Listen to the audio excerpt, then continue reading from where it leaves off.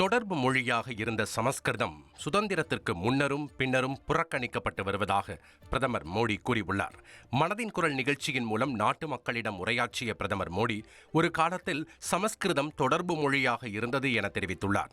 அடிமைத்தனத்தின் காலத்திலும் சுதந்திரத்திற்கு பிறகும் சமஸ்கிருதம் தொடர்ந்து புறக்கணிக்கப்பட்டு வருவது துரதிருஷ்டவசமானது என பிரதமர் குறிப்பிட்டுள்ளார்.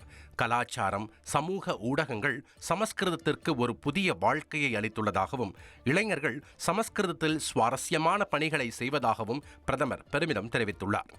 சமூக ஊடகங்களில் இளைஞர்கள் சமஸ்கிருதத்தை பற்றி பேசுவதை காணக்கூடிய பல ரீல்ஸ்களை காணலாம் என்றும் அவர் சுட்டிக்காட்டியுள்ளார். நாகரிகத்தின் மதிப்புகள் மற்றும் மரபுகளை சுமந்து செல்லும் பணியை சமஸ்கிருதம் ஆயிரக்கணக்கான ஆண்டுகளாக செய்து வருவதாக பிரதமர் தெரிவித்துள்ளார். இனி செல்லும் இடமெல்லாம் செய்தி.